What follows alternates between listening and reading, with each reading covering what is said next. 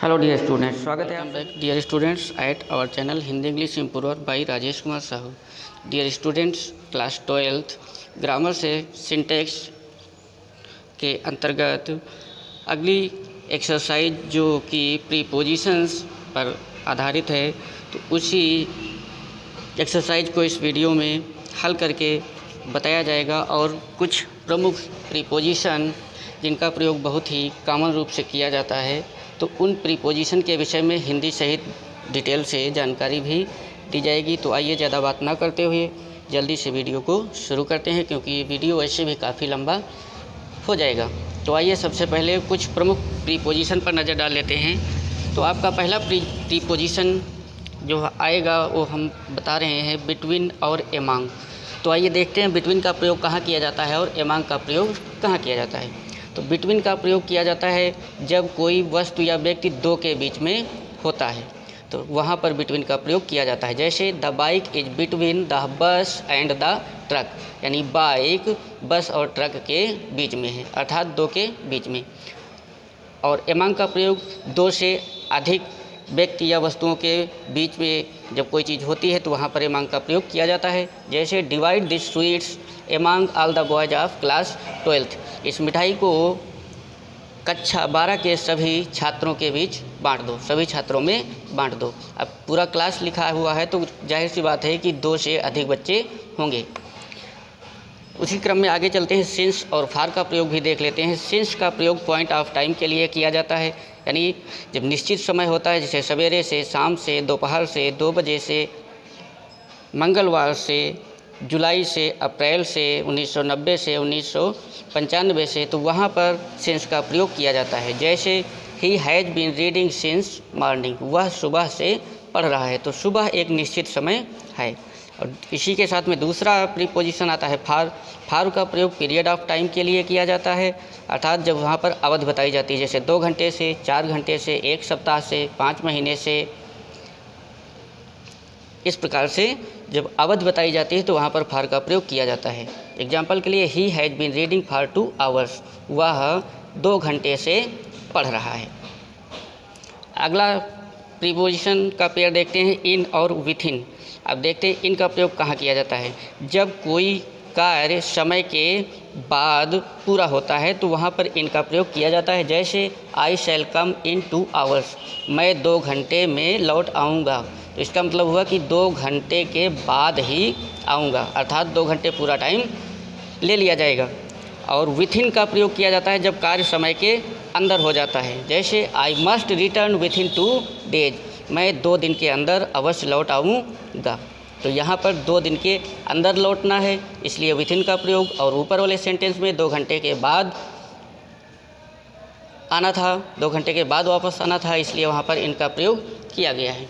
आगे देख लेते हैं, अगला जो पेयर आपका है वो है टिल, टू, इनटू।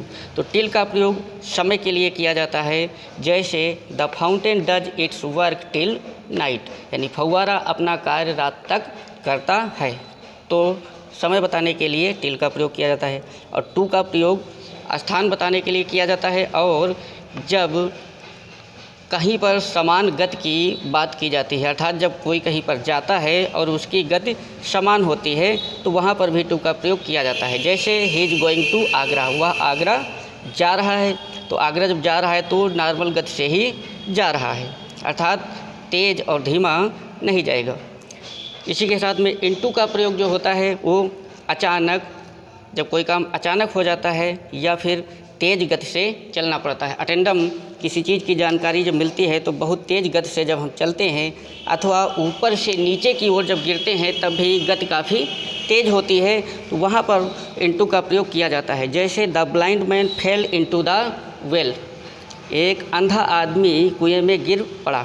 वो अंधा आदमी था इसलिए कुएं में गिर पड़ा, और जब कुएं में वो गिरेगा तो ऊपर से जब नीचे जाएगा तो उसकी स्पीड बहुत तेज़ होगी, तो इसलिए यहाँ पर इनटू का प्रयोग किया जाएगा। अगला पेयर देख लेते हैं इन और एट का प्रयोग। इन का प्रयोग बड़े स्थानों के लिए किया जाता है, बड़े शहरों के लिए किया जाता है। जैसे पीएम लिव्स इन दिल्ली, प्रधानमंत्री जी दिल्ली में रहते हैं। अब चूँकि दिल्ली एक बड़ा शहर है इसलिए इसके पहले प्रीपोजिशन इन का प्रयोग किया जाएगा। इसी के साथ में प्रयोग किया जाता है ऐट। ऐट का प्रयोग प्रायः छोटे स्थानों के लिए या गाँव के लिए किया जाता है। जैसे रामू लिव्स एट सस्पन, रामू सस्पन में रहता है। सस्पन एक छोटा गांव है और दिल्ली एक बड़ा शहर था, इसलिए दिल्ली के साथ में इन प्रीपोजिशन का प्रयोग होगा। और सस्पन चूँकि एक गांव है, छोटा सा गांव है, इसलिए सस्पन के पहले एट का प्रयोग किया जाएगा।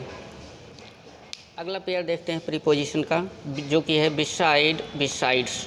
तो BESIDE, बिसाइड का मतलब होता है पास, अर्थात जब कोई चीज़ किसी के पास होती है तब वहाँ पर बिसाइड का प्रयोग किया जाता है। जैसे come and sit beside me, आओ और मेरे पास बैठो, आओ और मेरे बगल में बैठो।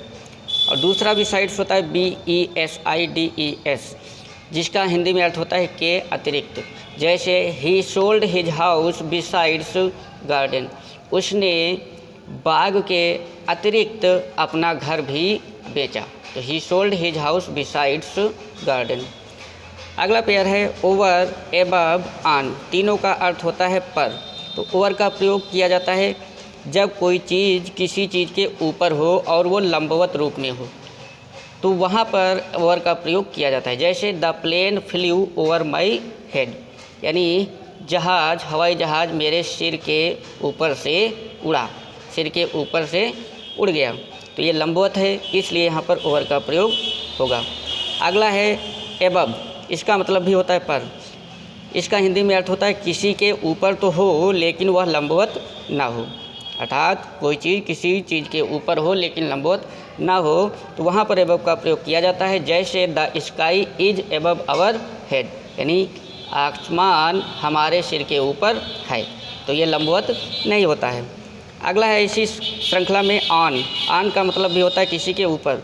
जब कोई चीज़ किसी चीज़ के ऊपर होती है, किसी दूसरी वस्तु के ऊपर होती है लेकिन वह स्थिर होती है, गतिशील ना हो, तो वहाँ पर ऑन का प्रयोग किया जाता है। जैसे the book is on the table, पुस्तक मेज पर है। अब मेज और पुस्तक दोनों चीज़ें स्थिर हैं, गतिशील नहीं हैं। अगला पेयर देखते हैं आफ्टर और इन। आफ्टर का प्रयोग प्रायः पास्ट टेंस में किया जाता है। आफ्टर का मतलब होता है बाद में, इसका प्रयोग पास्ट टेंस में किया जाता है। जैसे ही returned from Agra after a month, वह आगरा से 1 महीने के बाद वापस आया। तो ही returned from Agra after a month, यहाँ पर आफ्टर का प्रयोग करेंगे। और दूसरा इसके साथ में पेयर होता है इन।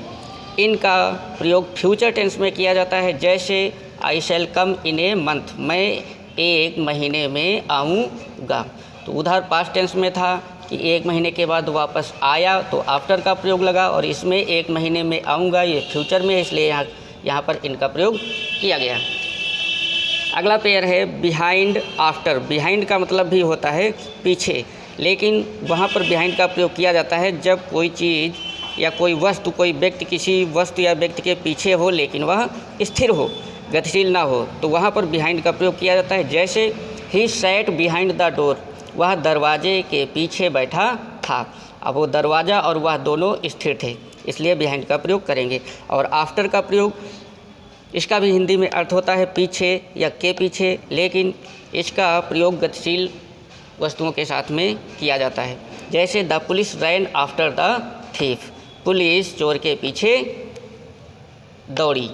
तो पुलिस चोर के पीछे दौड़ी, अब चूँकि दौड़ा है वो तो इसलिए गतिशील है, इसलिए यहाँ पर आफ्टर का प्रयोग किया जाएगा।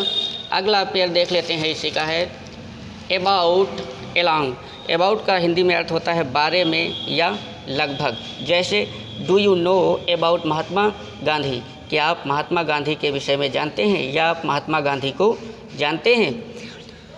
और इसी अबाउट के साथ में होता है एलॉन्ग का प्रयोग, जिसका हिंदी से अर्थ निकाला जाता है के साथ साथ, अर्थात जब किसी एक वस्तु के साथ या एक व्यक्ति के साथ साथ या एक काम के साथ साथ 2-3 काम किए जाते हैं तो वहाँ पर एलॉन्ग का प्रयोग कर दिया जाता है। जैसे ही सेल्स फ्रूट्स एलॉन्ग वेजिटेबल्स, वह सब्जियों के साथ साथ फल भी बेचता है। तो ही सेल्स फ्रूट्स, वह फल बेचता है, एलॉन्ग वेजिटेबल्स, सब्जियों के साथ साथ। इस प्रकार से कुछ मुख्य प्रीपोजिशन जो थे हमने इस वीडियो में बताने की कोशिश की, और बहुत से प्रीपोजिशन बाकी है जो आगे वीडियो में आपको मिलते रहेंगे।